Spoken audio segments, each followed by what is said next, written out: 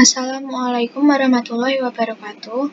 Saya Lisa Aryani dari kelas 12 MIPA 6. Saya di sini akan menjelaskan materi sejarah Indonesia, yaitu tentang Surat Perintah 11 Maret. Apa itu Super Semar? Surat Perintah 11 Maret atau Super Semar adalah salah satu peristiwa sejarah bangsa Indonesia yang merupakan peralihan dari Orde Lama oleh Presiden Soekarno ke pemerintahan Orde Baru oleh Presiden Soeharto. Super Semar ini ditandatangani oleh Presiden Republik Indonesia yaitu Soekarno pada 11 Maret 1966. Selanjutnya adalah latar belakang terbentuknya Super Semar. Yang pertama adalah pada saat itu situasi negara secara umum dalam kondisi yang kacau dan genting. Yang kedua adalah untuk mengatasi situasi yang tak menentu akibat pemberontakan G30 SPKI. Yang ketiga adalah untuk menyelamatkan negara kesatuan Republik Indonesia. Yang keempat adalah untuk memulihkan keadaan dan wibawa pemerintah. Selanjutnya adalah sejarah singkat lahirnya Super Semar. Ketika Soekarno melaksanakan sidang pelantikan Kabinet Dwikora, di Istana Merdeka itu sedang ada unjuk rasa Trituna oleh mahasiswa. Saat sidang dimulai, sang Panglima Pasukan Pengawal Presiden, Brigadir Jenderal Sabur memberikan laporan bahwa ada pasukan tidak dikenal. Tugas pasukan yang diketahui sebagai pasukan konstra tersebut adalah untuk menahan orang-orang di kabinet yang diduga terlibat dalam G30S. Sidang kemudian ditutup oleh Dr. Jenderal Leimena. Soekarno bersama Subandrio dan Chairul Saleh berangkat ke Bogor yang kemudian disusul Dr. Jenderal Leimena.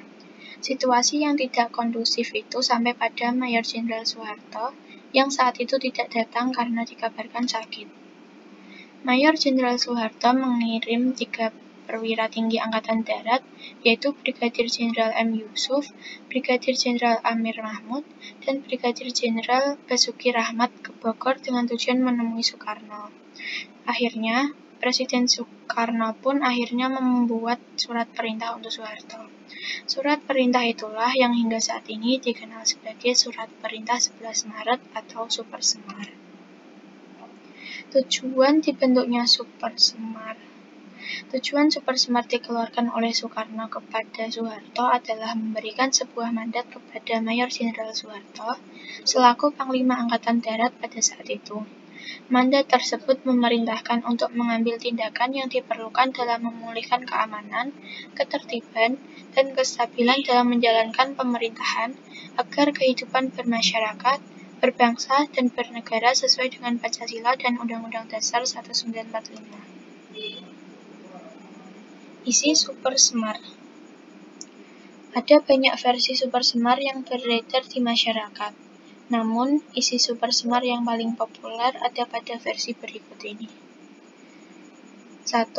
Mengambil segala tindakan yang dianggap perlu untuk terjaminnya keamanan dan ketenangan serta kestabilan jalannya pemerintahan dan jalannya revolusi, serta menjamin keselamatan pribadi dan kewibawaan pimpinan presiden atau panglima tertinggi, atau pemimpin besar revolusi, atau mandataris MPRS, demi untuk keutuhan bangsa dan negara Republik Indonesia, dan melaksanakan dengan pasti segala ajaran pemimpin besar revolusi.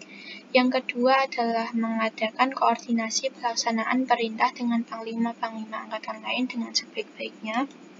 Dan yang ketiga adalah melaporkan segala sesuatu yang bersangkut paut dalam tugas dan tanggung jawab seperti tersebut di atas.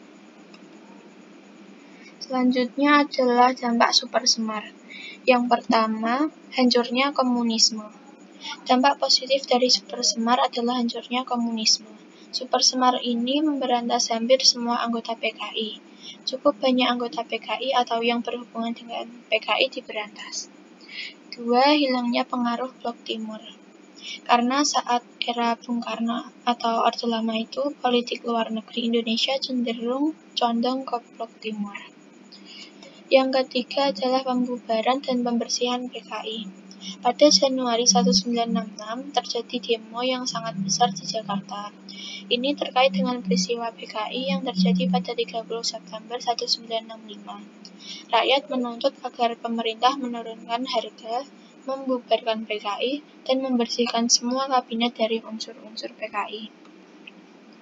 Yang keempat adalah perpindahan kekuasaan yang mengejutkan dari Soekarno kepada Soeharto.